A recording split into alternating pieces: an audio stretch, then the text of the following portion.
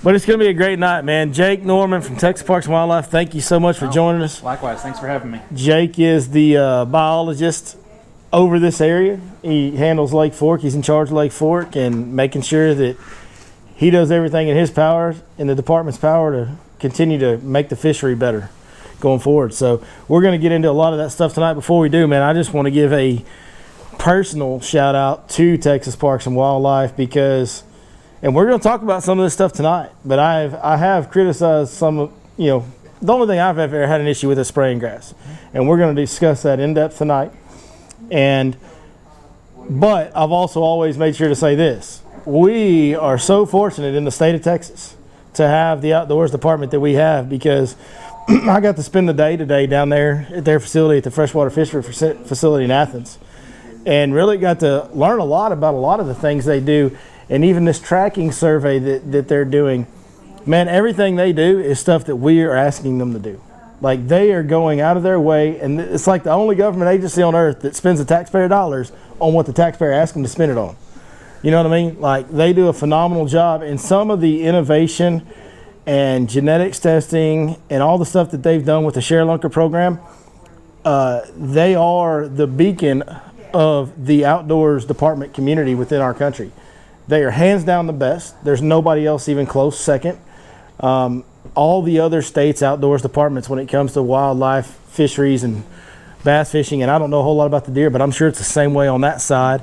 But I know for sure, if you ask any touring professional across the country, we have the best, and every other state's department is looking to them for answers and ideas. And so it is great that we have that in the state, and I want to take this time to say thank you to everybody at Texas Parks and Wildlife for everything that they have done. I mean, some of the best moments of my life have came on Lake Fork and a lot of fisheries around here. Moments with my kids and when I was a kid, and Texas Parks and Wildlife has really been behind all of it from, since I started. I mean, I was born in '83, Share Lunker started in '86, and I could really probably contribute most of the fish that I've caught in my life to them, honestly. So we're very, very fortunate and blessed to have them here. I'm looking forward to digging into this conversation about grass and all that. Before we do, I think kind of who you are and how you got here is important for everybody that's interested in this area to understand, because that's part of the story here, yeah, right? Certainly. So tell us how you ended up here, bud. Yeah, so we got to talk about this a little bit earlier, but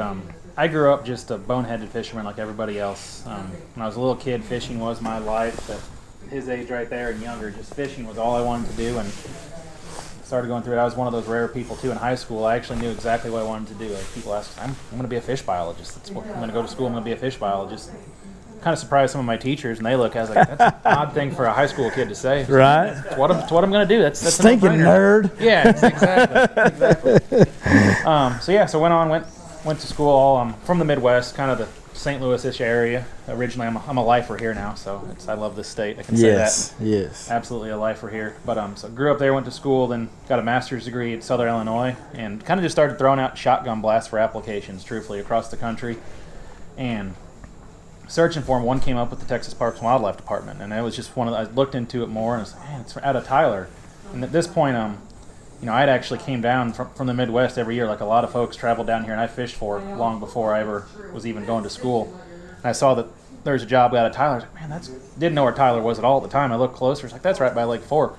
That's got to be something close here. And I end up, get offered an interview, apply for that job, and even then I'm thinking this is a long shot. I grew up. This is like my dream lake, dream scenario. Not a chance. I was thrilled to get an interview, and interviewed. They offered me a job, and at the time I was an assistant biologist. We had 2 different offices out of the Tyler area then, so it wasn't directly with Fork, but I had a lot of other Great Lakes. I had Lake Athens, Palestine, Tyler, Richland Chambers, Cedar Creek, a lot of those. Mm-hmm. And since some retirements and everything else, I moved up, and we combined a few offices a little over a year ago. And not only did I get Fork, I got a lot of other Great Lakes, but Fork being, that's just like the culmination of everything for me. I grew up just addicted to fishing. Fork was passionate to me long before I ever even started working in this field.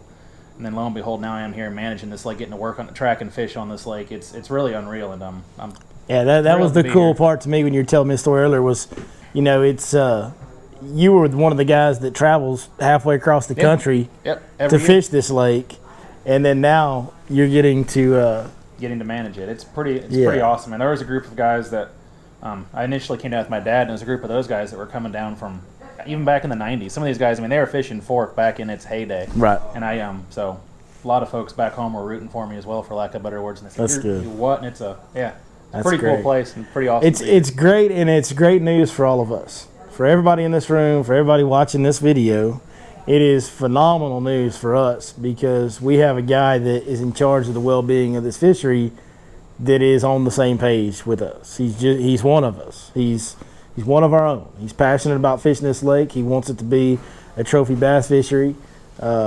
He's had some association with it over the years. He's seen what it can be, seen what it can't be. For it can be one of the toughest fisheries you'll ever set foot on. And everybody that's ever fished it for any significant amount of days is well aware of how tough this lake can be to catch fish on, to get bites on, and it can be. But it's a big win for us to have a guy like this in the driver's seat, right? So wanted to share that with y'all. Wanted him to share that with y'all. Man, let's dive into some stuff. I know that there's going to be some questions tonight. If you guys have questions at any time, feel free to ask them. This is total open forum. That's always how we've done these. And but elephant in the room. Mm-hmm. So I've been out here. I moved here 11 years ago. I've been out here full-time guiding. I guess this is my 4th year full-time, and I was on this lake every week for the last 8 or 9 years. I would say, other than an exceptional month or a few weeks here or there, over the last 11 years, I've been on this lake multiple days a week for about 8 or 9 years now. We went through the drought that killed grass. There was no spraying that I saw. Mm-hmm. We went through, the water came back up. There was no spraying that I saw. I heard there was a little bit, but I didn't personally see it. So even if it was happening, it wasn't happening in enough quantity where it was something that was obvious. Certainly. Then, for whatever reason, not this year, but 2019 and 2018, I saw a very significant amount of spraying that took place on this lake. And I saw a very significant reduction in some of the grass that we had begged to come back. A lot of that grass went away in a lot of areas. Yeah.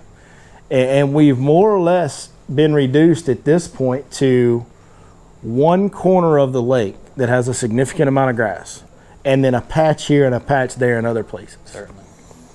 And as a fisherman, I know we've talked about this. You're a big proponent of the benefits of hydrilla, coontail, milfoil, all that good stuff. 100%. They're all great.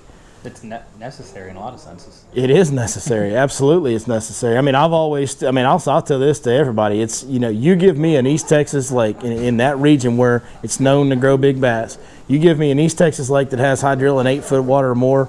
Give me that lake and let it stay like that for 5 years. I'll show you a world-class fishery. Yeah. No. Hands down, no matter what all the other factors are. I guess my main question would be, why are we spraying? And specifically to last year, when there was very minuscule amounts of hyacinth, very minuscule amounts. I never saw the salvinia, but I heard that there was some that they were spraying for. But I know a lot of the spraying in 2019 was for hyacinth. Mm-hmm. And the amounts of hyacinth that were in the lake were minuscule. The vast majority of it was little isolated pods that most of it was tangled up in pondweed or shoreline vegetation. Weed or something. The other shoreline, native vegetation. Yeah. Why are we going in and spraying an entire creek arm worth of vegetation for that? For those small marks, yeah. That's like you said, that's a controversial topic. We get asked that all of the time. And the big picture is the nature of those two species. I mean, that's part of it. Hyacinth and giant salvinia are by far and large two of the worst. And so let me say this for everybody that's listening. The only time, and correct me if I'm wrong here, but from my understanding, the only time that y'all are purchasing spraying contracts to come out here and spray Lake Fork is when y'all find those two species. Yes, nothing else. Okay. This lake specifically, I've mentioned it before. There's times when hydrilla can be problematic in other scenarios. Especially on smaller lakes. Fork's not one of them. Yeah. I mean, hydrilla is a beneficial habitat when it stays, like you said, 8, 10, whatever feet. In this lake, it's always been its beneficial habitat. We don't spray that on this lake. There's no reason to. There's no desire to, whatsoever. Like you said, the two that we do treat, and I still see the benefits of doing is if there's water hyacinth or giant salvinia. It pains me every time we have to, but I know the alternative, what could happen. And those two, giant salvinia, for instance, it can triple in size in 1 week. That's one of the reasons that it scares us. And it's a floating mat that can move around, and you pair that with its growth rate. You look at Lake Caddo. Will we ever, again, we mentioned this, we're not going to lose the entire lake. That's never going to happen. But some of our most productive coves, bays, things like that are shallow and wind protected, if salvinia got bad, you could see it 60% of glade go away. Yeah. Yeah. Things like that. Not only can you not fish it, it's also, you're talking about losing spawning habitat because it's so thick you don't get sunlight penetration. Those bass and the eggs need sunlight to reproduce, so you're losing not only areas you can even access, you're losing spawning grounds. I mean, it can be truly problematic. And again, as an angler and a biologist, I realize there's not a perfect solution there, but that's just really our best approach is I think that stuff always needs to be treated. The hyacinth can be equally as problematic. If y'all can recall, hyacinth has been bad here occasionally. I think it was 2009, parts of Birch Creek, hyacinth just choked off. You said living back there, you might recall how, so. Yeah, where y'all's house is, it was all the way down past that, yeah. So I mean, that can happen again, and, well, it can. We don't want to let that happen, and, that's why we spray that stuff. I get the frustrations when it's a patch here, a patch there, et cetera, to go in and nuke the whole thing. Part of that's coming with the philosophy. We've got actually a pretty solid group of biologists that are specifically, their job is, they're our aquatic habitat enhancement crew. They're out of Jasper. They're our spray crew. That's their job, is pretty much focusing on that. And that they put together good plans to try and get rid of those two species as much as possible. So part of their philosophy in that is getting on top of it before it gets out of control where it's tough to manage. When it's in those small amounts, if we get on top of it then, we're every year incrementally hopefully spraying less. And truthfully, I think, like you said, we've seen that here a little bit. This year I haven't seen any spraying, honestly. We did. Very small. Again, I'm not going to see every time y'all spray. Exactly. It was, in 2018 and 19, when I was seeing on a regular basis, that was what was in my head. It's like, if I'm seeing them this often, how much are they really spraying? Yeah. Like, it's got to be a lot. And I can, give you kind of some rough numbers. In 2018, there's about 150 acres or so that we were treating. 2019 is about 100. This year it's 10. So, I mean, granted, we get some cold winters and things like that. That helps even more. But all of, spraying has helped continually knock it back, so we're spraying less. Ultimately, we don't want to spray at all. Right. But you look at those two species and what they could do, especially salvinia tripling in size every week. It can get out of hand quick, where then it's not even easy to spray and control. And then you honestly you're at the realm of nature. Then you got to wait for a cold winter for it to just take care of itself. And so here it could happen either way. Here's the next question, and I'm going to try to ask the questions that I've heard from discussions on the boat with customers and from general fishing, dock talk and all that. I've been told that spraying does not kill salvinia. False. Yes. Spraying does kill salvinia. Yes, spraying kills salvinia. The right That's chemicals. something good that the public needs to know, because I know there is a general belief out there amongst a lot of people that spraying does not kill salvinia. If I had to guess what they're seeing or their misconception, again, all lies in the fact of it's a floating mat that can move around. Yes, and so we just had it pop up on Lake Athens again. I think it's been there the whole time. Back behind that bridge, there's a bunch of cut grass. It can move around and sit back there and just, you never see it. It's kind of contained. It doesn't do well outside. When it popped up this year, we had a giant rain right before that in September. The lake was up almost a foot over pool and dumping out of the spillway, and right after that, it was everywhere. It doesn't grow that quick to that amount. I guarantee it had been sitting back there behind that cut grass, and all that high water flushed it out. So for that same reason, it could just take a little plant here, a little plant there that we miss spraying, or it's hiding under some vegetation or something. So we go through and spray. You go back a few weeks later, people see another mat over there. They said it didn't even kill the stuff, and that's not the case. It's impossible a lot of times because of how it grows to get it all at once. Sure. So when they're I don't think we're ever going to be fully rid of even the hyacinth. We're not going to get rid of all of it. No, you can't. I mean, I'm not going to tell you where, but there are patches of hyacinth. Oh, I know where it's at right now. Yeah, at least some of it. There's definitely some patches. I mean, but they're really, really small. Yeah. There's not any significant amount. I mean, even just, before you guys started spraying big in 2018, I believe it was 2017, Running Creek was oh man, it was probably, I don't know, maybe 100 acres of. And that's where a lot of when that area, you know, we talked about the 150, 100 acres. A lot of that wasn't running. I mean, I'm sure you all know where it was at. You know, when was that spray? That was in 2018, and in 2017, Running Creek basically from, if you know Running Creek, from right before the hydraulic did come back yet. So from just wish it would grow. From right before the island all the way to the end of Running Creek, as far as you can go, was literally the entire thing all the way across was a solid hyacinth mat from one side to the other, and then there was hyacinth lining the bank the rest of the way out of the creek. So there was a lot.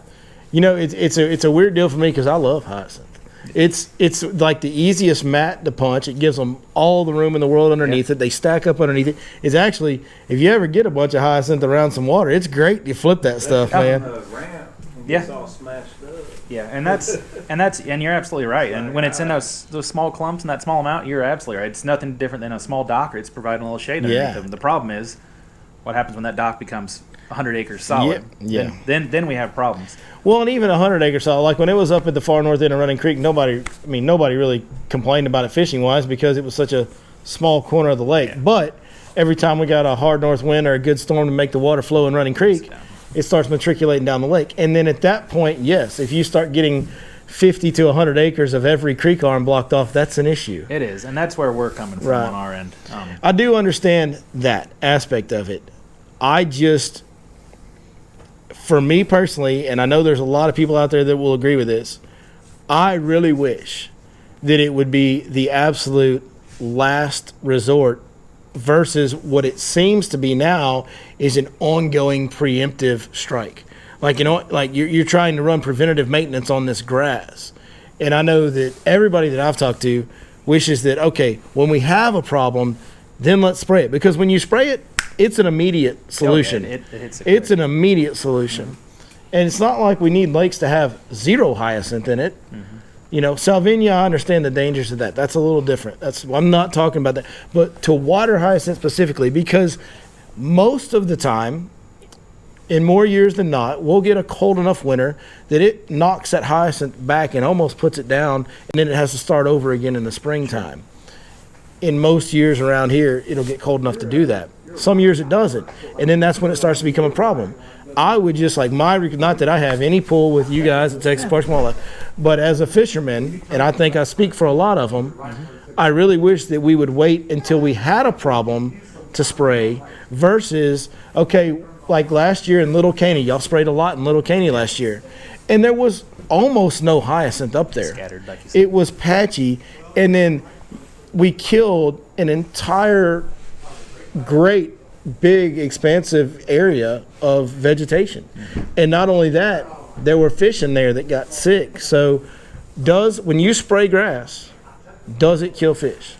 Very, very rarely, truthfully. I mean, there's perfect scenarios. The biggest thing that could happen is and this is partially why we don't want to let it get out of control in a too large of area, if you treat too big of an area at once, you can deplete all the oxygen around there. Okay. That's part of why we try and treat in smaller amounts, because you treat giant mats and it's dying vegetation makes the water almost anoxic. So that can kill fish. The herbicides themselves coming in contact with the fish, they don't. Okay. And truthfully, some of that goes all the way up to the FDA, the feds, all the regulations, all of the testing that goes in through these herbicides before they get approved, just like anything else. Just like a weed and feed you put on your yard that's been tested and over and over and over. You put a weed and feed out on your yard, some of those non-desired weeds go away, but it doesn't just kill everything it comes in contact with.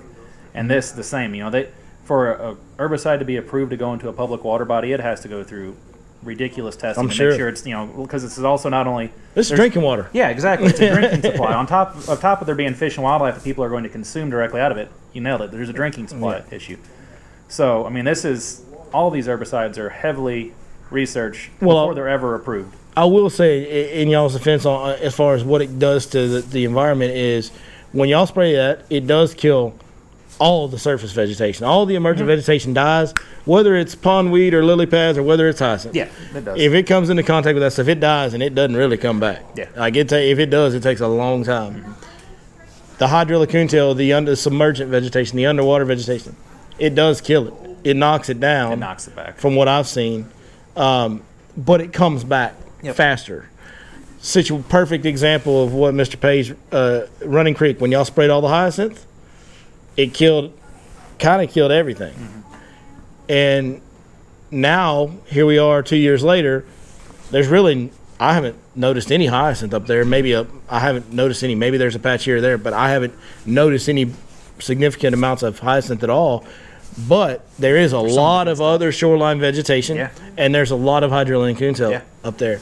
So the other submergent vegetation does seem to recover quicker. And it seems to take a growing cycle or two, like a year or two, for that grass to.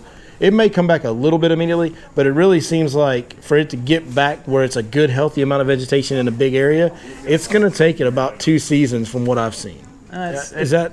A lot of that has to depend on just your water clarity, your temperatures, everything. But yeah, it doesn't at this point come back. At this point, Fork probably doesn't have the fertility that some other lakes may have, because Fork is so old at this point, it doesn't grow grass the way it used to, because it doesn't have the nutrients in the water that it used to. So it probably does take longer here. And but you're right on that. A lot of that's the type of herbicides we use for the most part. It's a contact versus systemic. So systemic herbicide, it gets into its root system, it's absorbed and goes through the plant. Contact, it just kills what it comes in contact with, burns off. So pretty much it's killing what's on the surface. So you get hydrilla and coontail that's at least growing well down below. It might burn it off and knock it back for a while, but it's not really getting down into the water column and being taken up into the water column. It's just what's on the surface. So the base of the grass is still there. You're just not seeing the big fishable amounts of it that you're used to seeing. So I mean, again, that same the AHE crew that does all the spraying. They do their own research, trying to find the best approaches, the best cocktails of herbicides, for lack of better words, to try and get everything to come back that we want and knocking out the hyacinth or salvinia. Did you guys used to use a different spraying contractor or something like that? And that was a problem that we solved, right? They get paid by the amount they spray.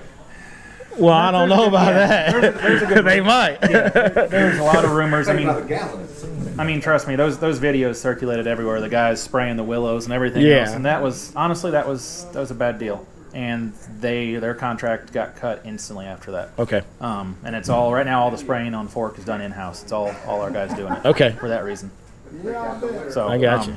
But again, I just like everybody else. I cringe every time that we spray, just for the same reason. I love to fish this lake. I realize the benefits of vegetation, and I want to promote it and keep it as much as absolutely possible. And it's tough on my end finding that right balance. And I do agree finding that place where we don't go out if there's one plant and nuking it. The only other flip side of why we do try and stay on top of it truthfully, at the end of the day, comes down to funding. It's a lot more doable on our end to treat this amount than treating hundreds and hundreds of acres. If you just think about it, when it comes down to funding and what herbicide costs, that stuff is not cheap.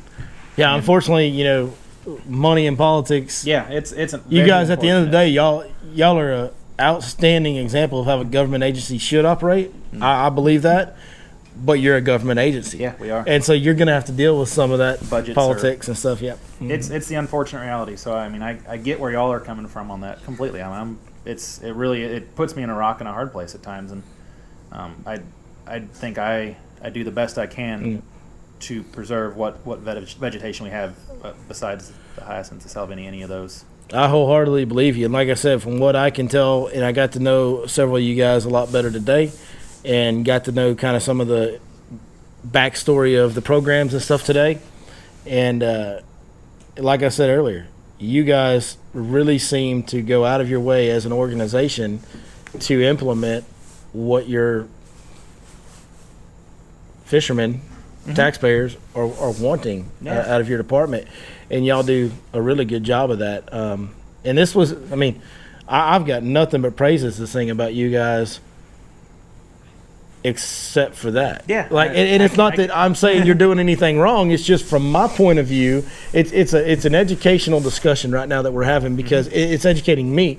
Because from my point of view, I go out there and I see, well, everything's dead, and that fish looks real sick. Oh, yeah. And you know what I mean? Like in the Running Creek, what you said, the massive amounts, that makes sense. Because where I got to start believing that spraying grass killed fish was Running Creek. Yep. 2018, when they sprayed it and they killed all that hyacinth. It was until they sprayed it, even at the end of summer when fish should be poor, we were catching fish that looked pre-spawn. They were healthy. Big, dark colored, super healthy skin, all that stuff. They just the epitome of a healthy bass. Even at the end of August, after a hot summer, they were super healthy. And then we sprayed, and like 2 or 3 weeks after we sprayed, like all the fish we caught up there looked like they were dying. Yeah. Or a big, not all, but more than half looked like they were just some milky slime on their skin, really, really getting skinny. Some of them starting to look like they were maybe going blind. And in my mind, I was like, well, that's because they sprayed grass. But what you said is a good point that I didn't think about at the time. You kill that much vegetation at once, it's going to deplete the oxygen in the water. You start depleting oxygen and messing with pH balances, hey, it's going to monkey some fish up. Big time. And, even besides just the oxygen themselves, like you talked about, if they're more stressed because oxygen levels are low, like everything else, their immune system can go down from that. So you talked about the milky thing. That's probably a fungus building up on them because if their immune systems are down. There's a bajillion reasons for that. So that's another reason to try and not let it get to those large mats. If you stay on top of it, treat those small areas. Yeah. There's a lot of good reasons to approach it that way. And again, sometimes there's not a perfect golden ticket to anything. Right. You got to find the best balance, what makes the most sense. You can't sit back and do nothing, right? You can't sit back and do nothing or we won't have what we have. Yeah. And so you got to sometimes take the net gain out of a situation. Yeah, and with all of these things, I tell everybody, if you have something that bothers you or something you had a question about, my door's always open, my phone's always available. I say, give me a call and say, hey, what the heck are you doing? Yeah. And I'll tell you, and I'll listen to you too. I've been called a lot of bad things. Family. You think you have? Yeah. So it doesn't bother me. I like talking about all this stuff, and no matter what. So, like I said, my phone's always on, my door's always open. If you got something you're worried about, just let me know. Well, I'll talk with you best I can about it. If you're used to being called bad things, you can definitely be part of my crew. You should hear the rest of my crew I work with. Yeah. That's great. So, I want to get into this fish tracking survey. One more thing about kind of the health of some of the fish. Mm-hmm. Everybody in here fishes Lake Fork on a regular basis, I believe, for the most part. We got one no. I ain't fished it in like 15 years. We got one guy that doesn't, but I know the Deans do, you do, so pretty much everybody does. How many of y'all have noticed, especially the last couple of years, an inordinate amount of fish with rashes, red sores, stuff, just nasty stuff on their skin? Everybody's seen that. So, big question for you: what is that, and why is it there? Yeah, and I've seen it myself. I handle a lot of calls about that as well. For the most part, that's a couple of things. So, sometimes I call that carpet burn. That is a real thing at times. Fish that have been caught and flopped around in a carpet, their slime coat's been removed some, and that essentially makes them more vulnerable. That's their protective coating. When that's gone, they go back in the water. There's all kinds of naturally occurring protozoans, bacteria, things that can cause infections, and they're more susceptible to that when they simply have that slime coat removed. Sometimes it even looks exactly like they just almost have road rash where they skid down the carpet. It does. You just get like a red hint to it looks like they got road rash. Yeah. That's exactly right. So that's one of the things, truthfully. We talked a little bit about what we're seeing and how high a percentage of the fish are actually being caught in this lake. So I truthfully think a lot of these fish that are having this are fish that have been caught. Yeah. And somebody else caught them, and that's why you're seeing that. And on top of that, there's some actual bacteria. You talked about seeing them more in the fall. And this is, I would say, just almost speculation at this point. I've talked to our fish health guy. We have a guy that's specializes in fish health and diseases. And he even said if y'all have a concern, they can send me a fish, and he'll look at it directly and tell you what's going on. But I think a lot of that in the colder months again, same thing. We've got most of these fish have a high Florida largemouth bass influence. They're probably a hybrid of some sort, but they're Florida bass, and they don't like cold temps. Y'all know that, just like with a cold front or anything else. They get lockjaw. They probably ain't gonna bite tomorrow morning. Yeah, exactly. It's cold front right now. And for that same reason, in general, they just don't like colder temps. And when temperatures start dropping, their immune system does the same thing. Their immune system almost crashes. It's like their entire body gets... Yeah, it's in a funk, for lack of better words. Yeah. So, again, there's some of these bacteria that are just naturally occurring in these water bodies. So they're just essentially sitting there waiting. They're opportunistic. And when temps are dropping, they find a fish whose immune system is dropped. You can't fight it off. Mm-hmm. And suddenly you start seeing more of these sores, and more of a true sore, not just little specks and dots, but like a big red sore on the side of it. Yeah, and see, I always have seen forever, not just on Fork, but on fisheries in general, but on Fork for sure. Mm-hmm. When you get to the post spawn time of year, you'll see fish that will have little red sores spotted all over them a little bit. And I had read up and researched it and discovered, saw some literature that said that is because when they go through the stress of the spawning cycle, their immune system is depleted. And a lot of times that time of year, we get a lot of fresh water coming into the lakes that can mess with some of the stuff that you understand that I don't. The pH balance, whatever, salinity, I don't know. Whatever all that stuff is that you know about. But it changes it when you get an abundance of fresh water, and then when their immune system's down, that brings new disease, infection, or whatever. But they heal up from it, and then once you get to summer, by the end of summer, you don't really see any more of it. But specifically here, especially the last couple of years, man, we've seen a lot of it. And I do think we've actually got a video coming out on Monday where me and Jake sit down and we go really super in depth on the tracking survey that they've been doing and exactly where these fish have been going and how they've been moving, how they are relating to boats being in their area. It's going to be like a really good video as far as that survey goes, as far as the details of that. And we talked about this during that video as well. But man, Fork is there's no other destination lake that is the same size as Fork. All the other destination lakes, when I say destination lake, I mean a lake that people like Jake come halfway across the country or from Japan, Italy. We have that here. And you have that on Gunnersville, and you have that on Okeechobee and Clear Lake and Falcon at times and Rayburn and Toledo. Well, all these other lakes, the smallest one out of all those by far is Falcon. It's 80,000 acres. Fork's 27,000 acres. So the percentage of fish that are looking at baits and getting caught on this 27,000 acres is got to be higher than anywhere else by quite a lot. And so that would make sense that it would be actually a handling issue. Yeah. Whereas if you've got 180,000 acres on Toledo Bend, well, you've only got, 1% of those fish that are developing that rash from being handled. Whereas on Fork, if 10% of them or 20% of them develop that rash from being handled because the lake is so much smaller, well, all of a sudden you're looking at it and every 10th fish you catch or every 5th fish you catch has that rash. You're like, what is wrong with Lake Fork? Yeah. And that's. And at the end, we're what's wrong with it. Yeah. In this situation, this is something that we can do. And who's watched my videos?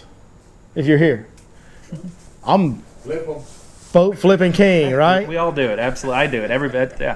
Fish landing violation. Oh, yeah. No, I've said from the beginning, hey, since Major League Fishing has existed, I said there's no way I could ever fish on Major League Fishing. I would be in the penalty box every time I caught one, Jack. Yeah. So, for sure. Well, what's funny is I talked to Hackney about that one time. Hackney was giving a seminar, and I was in the crowd, and I was kind of trolling him a little bit. And I was like, Hackney, how stupid is that rule where you can't boat flip them? Because that's all he does. On Bassmaster, this was when he was fishing Bassmaster, but doing the MLF Summit Cup or whatever. Yeah. I was like, how stupid do you think the rule is where they boat flip? And he just kind of looked at me. And he looked at me like, in the eyes, he was saying, I can't say what I think. And he goes, no, man, it's just part of the game. It's the rules. You got to play by the rules. Yeah, smart man. Yeah, he gave me the old, it's political season. He gave me the politician answer. But Yeah, maybe that's a good poster for Texas Park and Wildlife, showing what it does to the fish. No, certainly. Say, this is a fish tank. I think that is something that, for whatever reach we have around Lake Fork, which I do believe, with the platform that we've been able to create with the help of all of y'all, we do get to reach a pretty big percentage of the traffic that comes to Lake Fork on this platform. It's not we're not big social media players or anything like that, but within this little community, we have a high percentage of people around here that view what we do. That is something that we can do as anglers. And I know I've been concerned about it because I've seen more of it the last couple of years. We need to look at what we're doing, and I'm the first one to be the most guilty. I've probably boat flipped as many fish as anybody has out here over the last 5 years. Probably more, because I'll boat flip the big ones too. Most people won't boat flip them as big as I will, but we might, I might need to adjust that. I need to really look at that and think about that. And hey, I got to tell you, if it's a good one and I feel like it's the best way to get in the boat at the end of the day, am I still going to do what I got to do to get in the boat? For sure. But if it's one where I have an opportunity and I know it's hooked well or something like that, and I can reach down there and lip it or net it, maybe we need to start doing some more of that. We need to do what we can to take care of them. So It's also the quality of the net, from fishing trout up in. how about that? Can the what's that material that the old Just nets the are made nylon. of? The nylon. Yeah. Can the old nylon nets cause the problem? Oh yeah. Okay. I mean, it's. They don't even allow you up there fly the fishing. rubber nets in I was gonna say. If you don't have a rubber net, So rubber nets are better? show up Yeah, on the they river. really are. And I mean, that's one of those things that some people always wonder, is that getting to too much regulation or not. That's ridiculous. That's crazy. But truthfully, there's been a lot of research. Yeah, into you gotta that be too. careful. And I We mean, don't there- like regulation in Texas. No, bro. no, trust me. I'm a lifer here now. I've learned. I know exactly that. Yeah, I'm all on board with But that when it too. comes to taking care of our critters and our outdoors resources, we'll pretty much go along with Yeah, whatever we yeah, need to certainly. do. And that's why, like I said, there's a fine line there of where it just sounds crazy and it's overregulated, or things that actually hold some water. And that's one of them. Like you're saying, those nylon nets with knots, they're tougher on fish too. Dang, I got to buy a new net too. I have a rubber. Keep boat flipping. Just catch them, right? Boat flip them and catch them. And I'll say too, at the end of the day, every one of those fish that you caught that's marked up and sorted and everything, I mean, it's not going to die. I mean, if you think Yeah. about it, I remember my old boss always told people this, and actually made a lot of sense with Well, it. yeah, elaborate on that because Yeah, I mean, he'd say people would call all the time and say it, and he's like, "Well, he caught the fish, right?" People said, "Well, yeah." He's like, "Well, if that fish was truly sick, it wouldn't have been feeding. If it was so sick that it was going to die, it likely wouldn't have been feeding. If that fish was healthy enough to eat, that fish isn't doing too bad." Now, that's not to say just to play devil's advocate though, if a fish has sores like that, there is a chance that it gets a fungal infection, and fish do die from fungal absolutely. infections. That's I'm also not saying that none of them are going. They don't. Most of them don't die from fungal. Most of them that get a fungal infection recover from it and they're fine. But there are some that do die from getting a fungal infection. Absolutely, and all these better handling practices, 100%. They're I support that completely, because there's a lot of truth to it and there's a lot of value in it. I just don't want to be like a person coming here and saying every fish you boat flip dies, because I'm not that extreme either. I'm a fisherman. I'm a realist as well, and I get that. But we like to keeps it real around here. Hey, I mean, good. Yeah. Well, that's good. I think we should all look at that. I think that's something that was definitely, that was the two questions for me personally that I wanted to ask you the most, was the health of the fish within the fishery, because I hear, and I don't talk to a lot of other guides. I'm kind of a blinders guy, right? Like, I don't live here at the lake, so I show up in the morning, I go fishing. When I drop my guys off at the end of the day, I go home. But I still hear the roundabout talk a little bit. And there's been a lot of discussion from a lot of the guys, especially a lot of the older veteran guys that have been here longer, about the health of the fish within the fishery. We do see a higher number of those rash situations. And a lot of those guys would have you believe that the lake got fished harder in the 90s, and maybe it did, maybe it didn't. But here's what I know. We are all exposed to and collecting a lot more data and info today on everything than we ever did in the 90s, for sure. And if you look at the traffic that we got after some of these Elite Series and MLF tournaments have showed up, I would have a hard time believing that it was a significant amount more crowded ever than it was at times this year. Certainly. Or last year. Because there was times, especially this year with what's going on in the world and a lot of people being off work, there were definitely times when every boat ramp was full. Oh, our license sales were at record high this year. I mean, they're off the chart. So yeah. I mean, you had the we saw them MLF show everywhere. up here at the beginning of March, early to mid-March, and then everybody got let off work at the end of March, and they whacked them, and everybody came here, man, and it was And just crazy. to add to that too, and this is more of just the reality of what it is. You talk about people saying there was more anglers, more pressure in the 90s. In all honesty, the population of fish was higher in the lake in the 90s than it is now. I mean, so you got to think about that then. If there were more people, there was more bass in this lake in the 90s. There's no denying that. So even if there's slightly less people here now, the population, I won't deny it. The population's lower. That happens. What is two-part question. A, what is the population today compared to the population at its peak? Do you know that? I don't know if you have that data or not memorized, but and B, what is the cause for the decline in population? Yeah. Specifics numbers wise, I couldn't tell you. I mean, we don't operate on total numbers for when we operate with our electrofishing data, what we call catch per unit effort. It's an index essentially. It's an estimate. It's a sample. Yeah, exactly. So we can compare those numbers, which are the way we collected them is simple over the years, pretty standard over the years. So we can compare them from 2000 to now and see what that number was. It's a relatively fair, accurate. It's so we can see on those a sample size. Exactly. So we can see those trends over time, be it declining, increasing, et cetera. So obviously, like I said, the numbers are down from what they were. I mean, from its peak, are we like half? Or do we know? or do we not know? Not quite to half, but it's approaching half population-wise of what it was at its peak. Yeah, and to go along with that, what's causing it? Biggest thing is the lack of vegetation. I mean, I realize that too. I won't deny that.